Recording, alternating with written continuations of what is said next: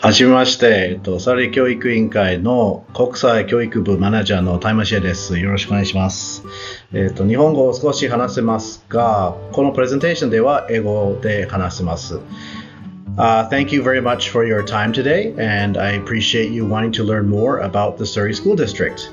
Today we're going to talk about where we're located, our programs, what support services we have to offer, and how you can get more information. So, Surrey is located in the province of British Columbia on the west coast of Canada. And one of the major reasons why students want to come and study in BC is because we are in the warmest area of Canada. We are the westernmost province of Canada, so it's the closest to Japan. We have lots of safe and friendly cities and towns. The weather is not as cold as other parts of Canada. And there's lots of access to nature, and we have a very high quality of education. So that's why so many students from Japan and other parts of the world decide to come and study in British Columbia.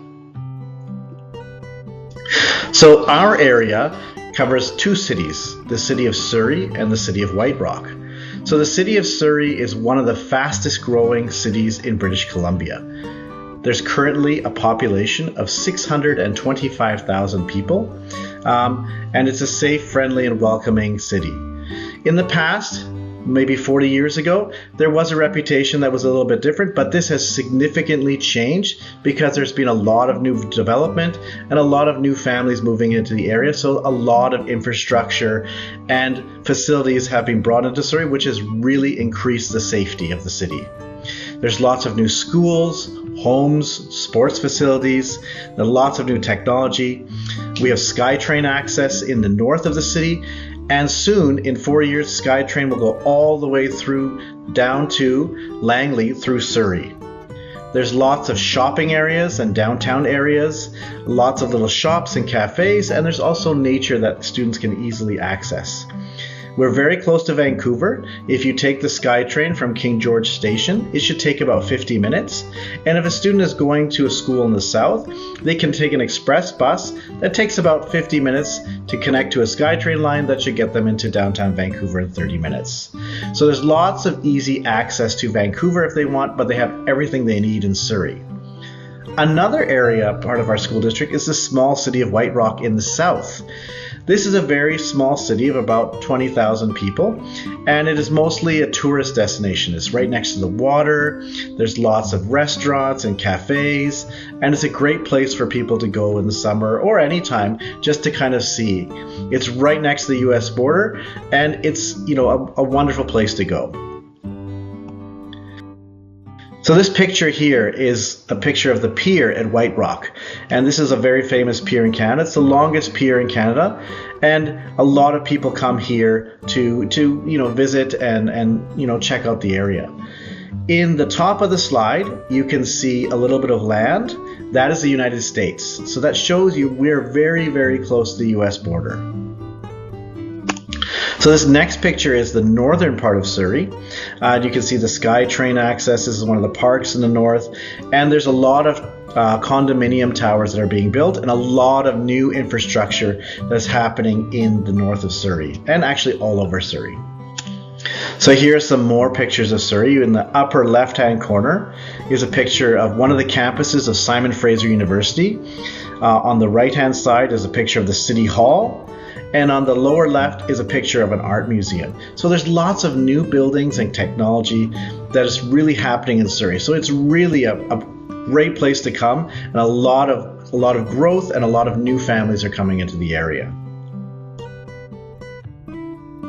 So I did mention there's lots of facilities. So in the lower right-hand corner, you can see there's the shopping mall, Guildford Town Centre. This is one of the biggest shopping malls in the province of BC. So students can get everything they need at this shopping mall. And this is in the north.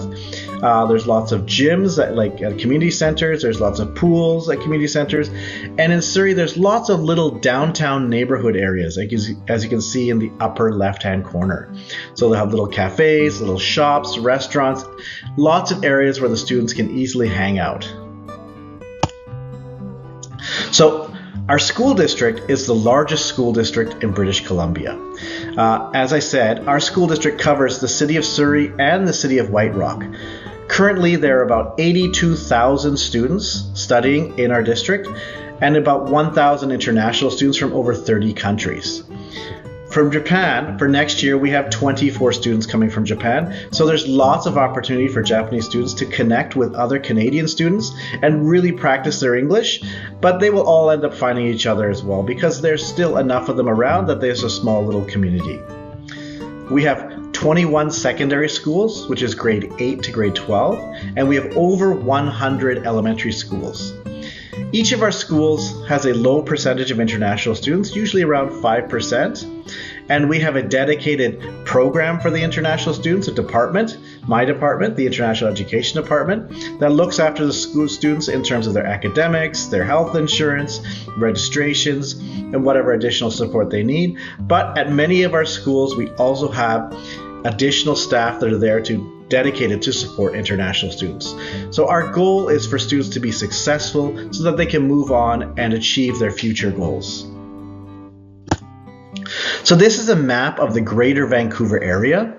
The orange area is the city of Surrey and White Rock, our school district area, and the red pins are all of our secondary schools that you can see.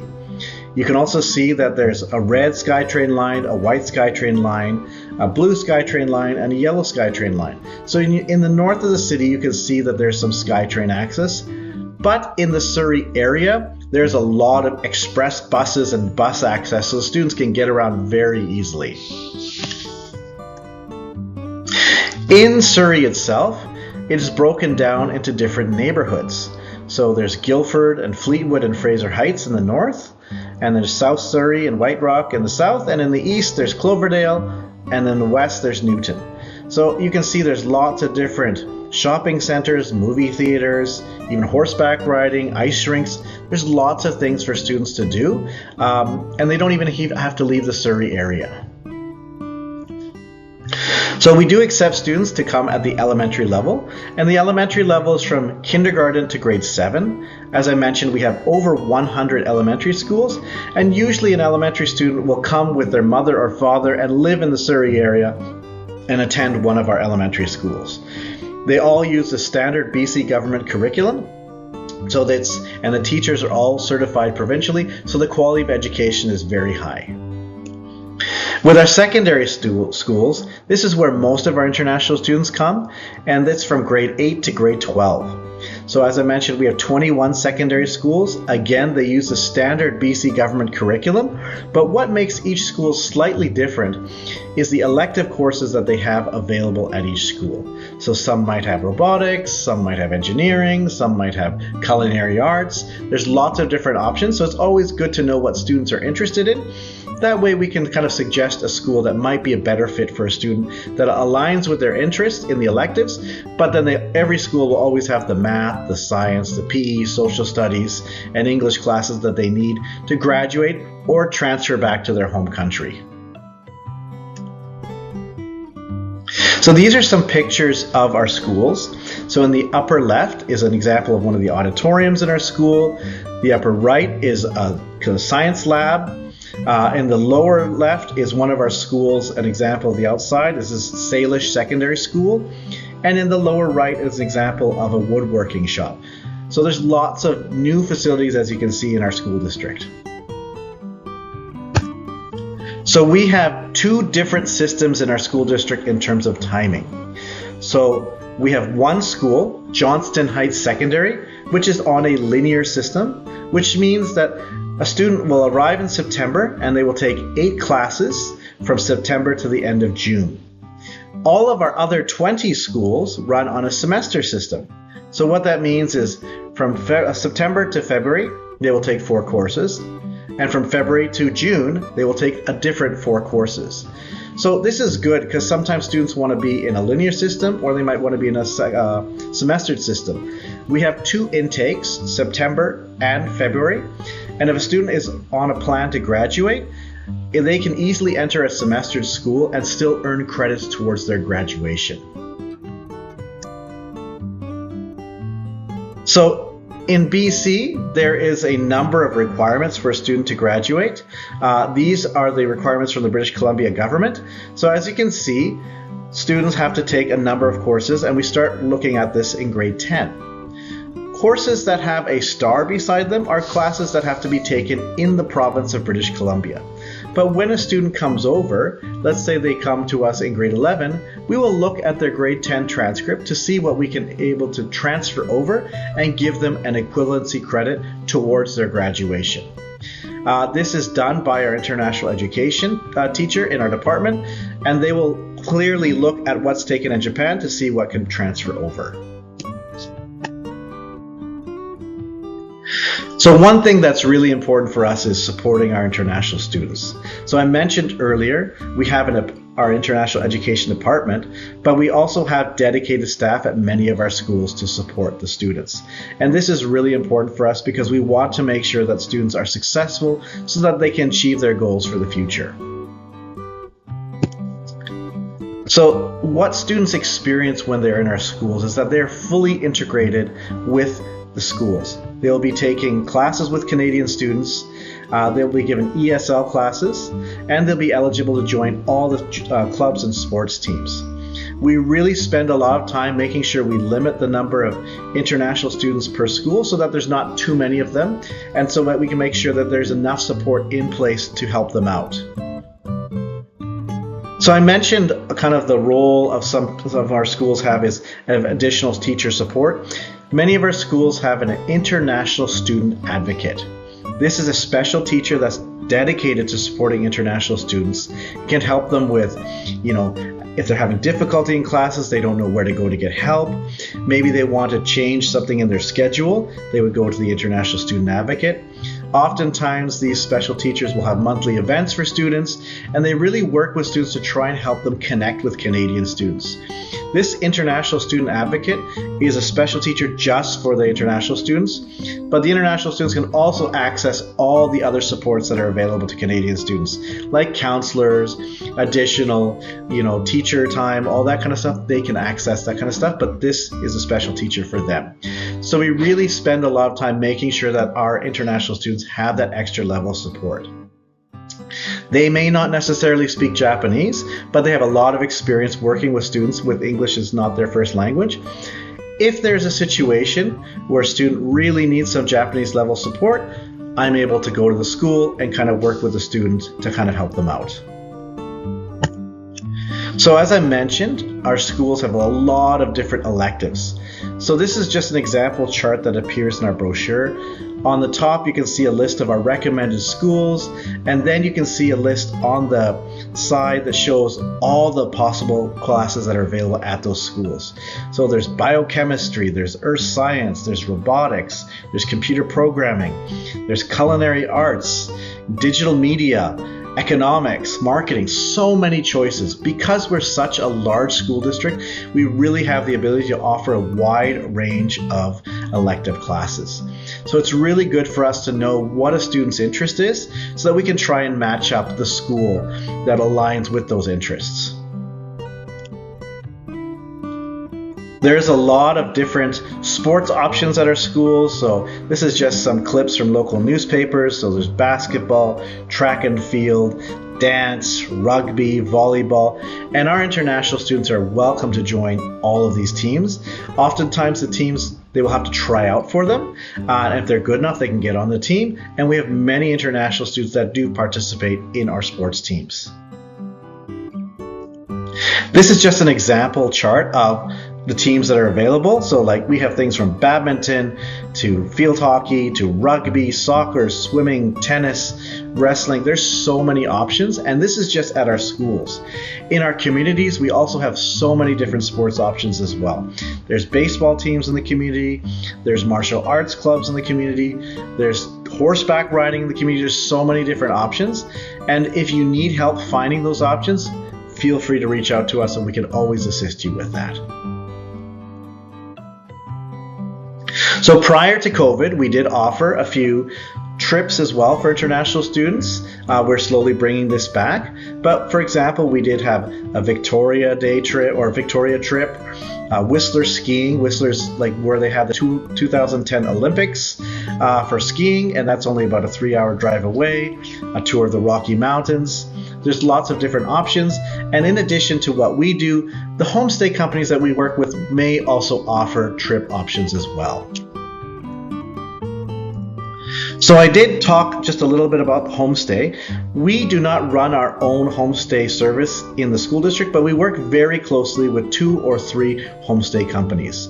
So what that means is that we are talking on a daily basis with our homestay companies to make sure we know what's going on in homestay, they know what's going on in school, so that we can work together to make sure a student is successful.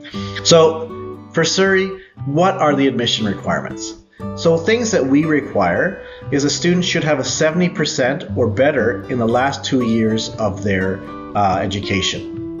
So we will take the transcripts from the home country and look them over and kind of assess them. Now, things to take into account when we're looking at Japanese transcripts, for example, is I may see a transcript come my way, I might see some 3s and maybe some 2s, and I might ask some questions. So why are there some 2s on this report card? Can you tell me why?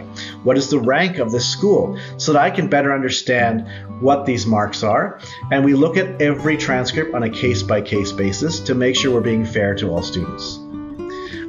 If a student wants to come in and let's say they're on a graduation program, everyone will always ask, what English level should I have?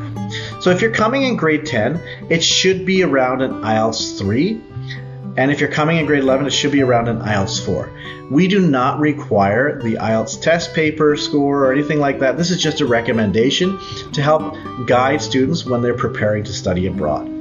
When they come, prior to their arrival, they will be given an English language assessment test online, and then they will also be working with their teachers at the school in the ELL classes to make sure that their English improves to a level where they can achieve what they need to do.